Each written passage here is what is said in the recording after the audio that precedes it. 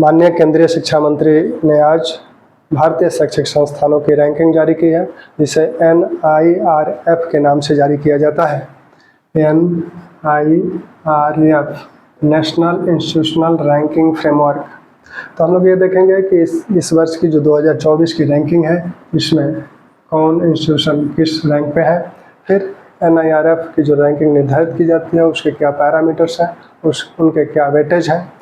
तो NIRF 2024 की जो रैंकिंग है, ओवरऑल जो रैंकिंग है, क्योंकि इसमें इस 2024 में 16 कैटेगरीज बनाई गई हैं। 16 कैटेगरियाँ, जैसे engineering college, medical college, law college, प्रबंधन कॉलेज, यूनिवर्सिटी कॉलेज, इस तरह से 16 कैटेगरियाँ बनाई गई हैं। पहले 13 कैटेगरियाँ हुआ करते थे, अब इसमें 3 नई कैटेगरियाँ इस बार जोड़ी गई हैं। उसमें स्टेट यूनिवर्सिटीज़, ओपन यूनिवर्सिटीज़ और स्किल यूनिवर्सिटीज़, 3 कैटेगरियाँ इस बार नई जोड़ी गई हैं।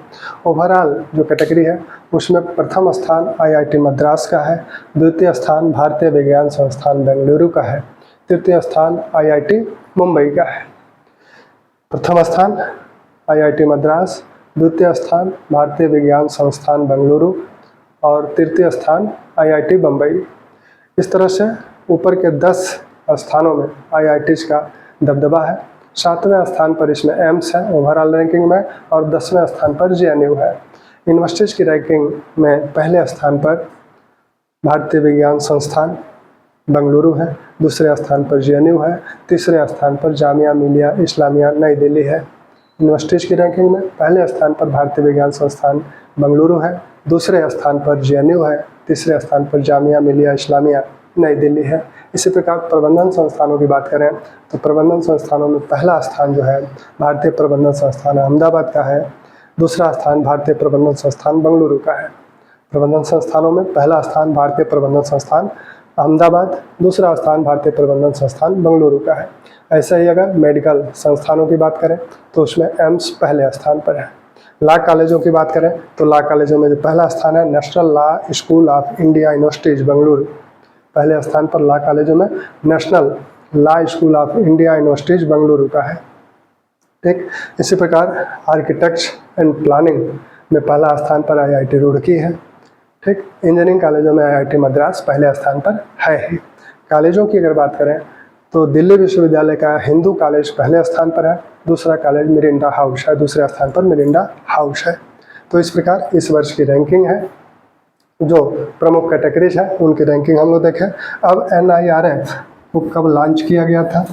NIRF को सबसे पहले 2015 में लॉन्च किया गया, क्योंकि वैश्विक शैक्षिक संस्थानों की एक रैंकिंग जो जारी की जाती है, जैसे टाइम्स हायर एजुकेशन रैंकिंग जारी की जाती है, उसी प्रकार भारतीय शैक्षिक संस्थानों की भी एक रैंकिंग जारी की गई। इसके पीछे उद्देश्य यह भी था कि संस्थानों में आपस में प्रतिस्पर्धा हो, आपस में वो आगे निकलने की उनमें होड़ हो।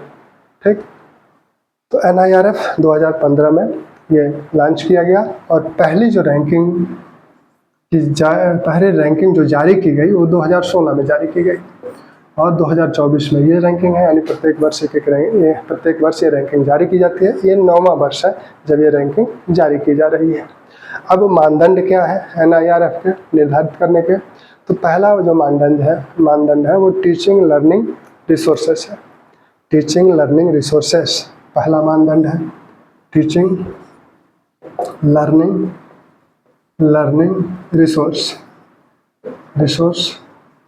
टीचिंग लर्निंग रिसोर्स, इसको 30% वेटेज दिया जाता है। दूसरा जो पैरामीटर है वो है research and professional practice. Research और प्रोफेशनल प्रैक्टिस, रिसर्च और प्रोफेशनल प्रैक्टिस, इसको भी 30% वेटेज दिया जाता है। टीचिंग लर्निंग रिसोर्सेस, किस तरह के टीचिंग और लर्निंग के संसाधन हैं, किस तरह के अध्यापक हैं, ये सारी चीज़ें हैं। रिसर्च और प्रोफेशनल प्रैक्टिस में जो वहाँ के अध्यापक हैं उनके कितने रिसर्च पेपर प्रकाशित हैं, उनका जो प्रोफेशनल प्रैक्टिस है वो किस स्तर का है, तो इसको एक पैरामीटर बनाया गया है। तीसरा पैरामीटर बनाया गया है कि आउटरीच और आउटकम क्या है। आउटरीच और आउटकम इसको जो है 20% वेटेज दिया जाता है। चौथा जो मानक है इंक्लूसिविटी, यानी समावेशिता, इंक्लूसिविटी, इसको 10% वेटेज दिया जाता है। पांचवा जो है परसेप्शंस,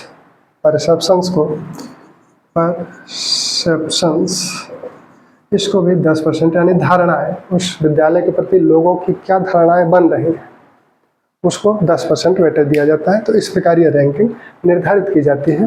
ठीक, इस रैंकिंग से प्रश्न जो बनते हैं वो एक तो रैंकिंग सीधे सीधे पूछ ली जाती है कि यूनिवर्सिटीज़ की रैंकिंग में पहले स्थान किसका है या ओवरऑल रैंकिंग में पहला स्थान किसका है, तो वो सारी बातें हम लोग कर चुके हैं। ठीक।